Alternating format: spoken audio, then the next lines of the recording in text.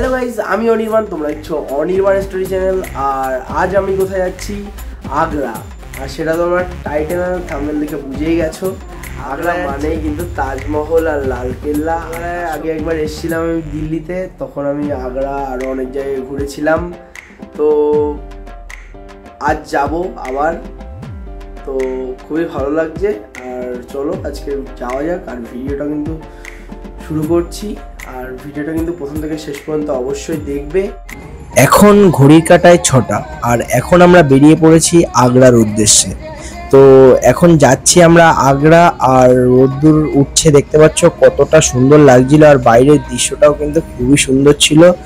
আর চলো একবারে গিয়ে তোমাদের সঙ্গে আগ্রায় গিয়ে দেখা হচ্ছে।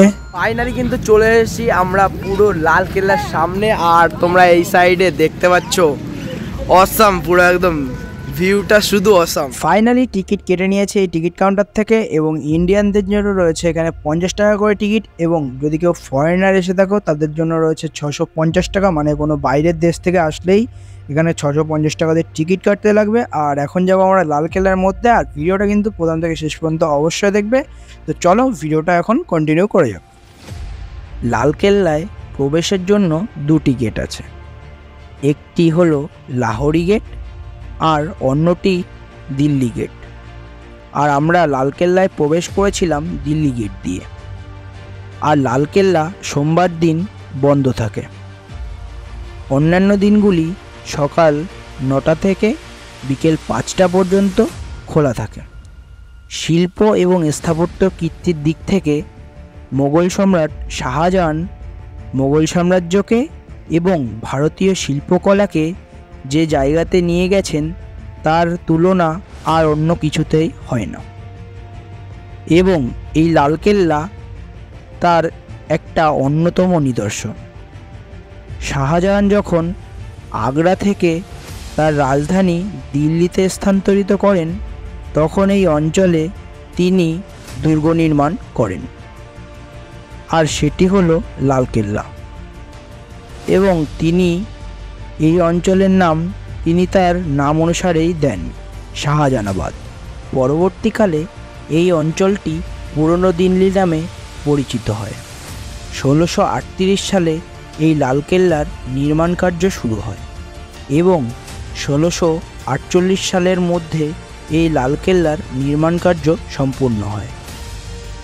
লালকেল্লা হলো এমন একটি স্থাপত্য কীর্তি যেটি মোগল যুগে একটি উল্লেখযোগ্য স্থাপত্য কীর্তির মধ্যে পড়ে।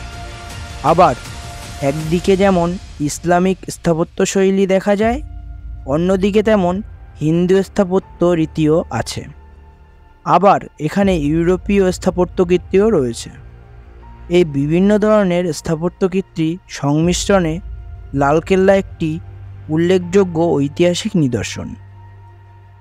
এই লালকেল্লার আগে নাম ছিল কিলাই মোবারক। এর মানে হচ্ছে আশীর্বাদধন্য দুর্গ। এই লালকেল্লার মধ্যে সম্রাটের পরিবারবর্গ বাস করতেন, তার জন্য এই লালকেল্লার উপর ঈশ্বরের আশীর্বাদ রয়েছে এই রকম মনে করা হতো। আর তার জন্যই এই লালকেল্লার মধ্যে একটি সম্পূর্ণ শহর গড়ে তোলা হয়েছিল। আর এই লালকেল্লার মধ্যে মীনা বাজার রয়েছে, যেটি একটি উল্লেখযোগ্য এবং প্রাচীন বাজার, যেটি কিনা শাহজাহানের সময় থেকে নিয়মিতভাবে এই বাজার বসে, শুক্রবার বাদে। আর আমি তোমাদেরকে এই বাজারটি দেখাতে পারছি না, তার কারণ হলো আমরা গেছিলাম শুক্রবার, সেদিন মীনা বাজার বন্ধ থাকে। এবং তোমাদের এই ভিডিওটা কেমন লাগছে সেটা কিন্তু কমেন্ট বক্সে অবশ্যই জানাবে। লালকেল্লা দেখে বাইরে বেরোলাম, আর এবার এখন তাজমহল দেখতে এসেছিলাম, কিন্তু কপালটা খারাপ, আজ শুক্রবার, তো শুক্রবার থাকার কারণে তাজমহল আজ বন্ধ থাকে, আমরা জানতাম না। আর তারপরে দেখি এখানে এই গার্ডেনটার থেকে, এখান থেকে তাজমহল পুরো একদম সুন্দরভাবে পিছন থেকে দেখা যায়, পুরো এইরকমই, যে এখানে এরকম সিনারি আছে ঠিক এইরকমই দেখা যায়। তো ইন্ডিয়ানদের জন্য এখানে 25 টাকা করে, আর ফরেনার যারা আছে তাদের জন্য 300 টাকা করে।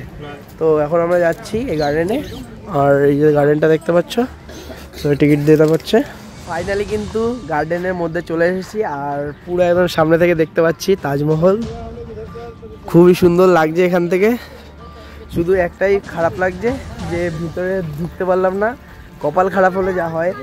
আগে একবার ছোটোবেলায় এসেছিলাম, ভেবেছিলাম যে এখন গিয়ে আর একটা ছবি তুলবো, দুটো ছবি পাশাপাশি রাখলে কেমন লাগে, কিন্তু সেটা হলো না। আর কিছু করার নেই।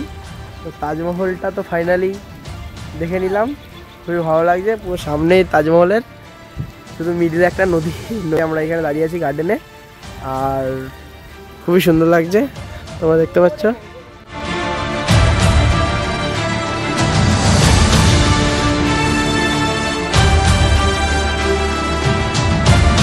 আগ্রায় আর মোরব্বা নেবো না তাই কখন হয়, এখান থেকে মোরব্বা নিয়ে নিয়েছি। আর এখানে কিন্তু আসলে তোমরা ফ্রিতে কিন্তু মিষ্টি টেস্ট করতে পারো, আর সব রকম মিষ্টি তোমরা এখানে টেস্ট করতে পারো। তো আমি অনেকগুলো মিষ্টি টেস্ট করেছি, আর টেস্ট করে লাস্টে এখান থেকে একটা মিষ্টি নিয়ে নিয়েছি মোরব্বা, আর নিয়ে এখন যাচ্ছি দেখি টোটোর দিকে। চলো, এখন দাঁড়িয়েছি একটা ধাবায়, আর এখানে কিন্তু পদ্ম পাতার এখানে প্লেট আছে, আর এখানে আবার মাটির গ্লাস দিয়েছে, আর বাটিগুলো এক এক করে এখানে দেখতে পাচ্ছ সাজিয়ে দিয়েছে কিভাবে। এখানে আছে স্যালাড, এরপরে আছে ডাল, এরপর এখানে আছে পালক কোফতা, তারপর এখানে আছে পনির বাটার মশলা। আর এখন এখানে আমি খাবো, দেখবো যে কোনটা কীরকম টেস্ট।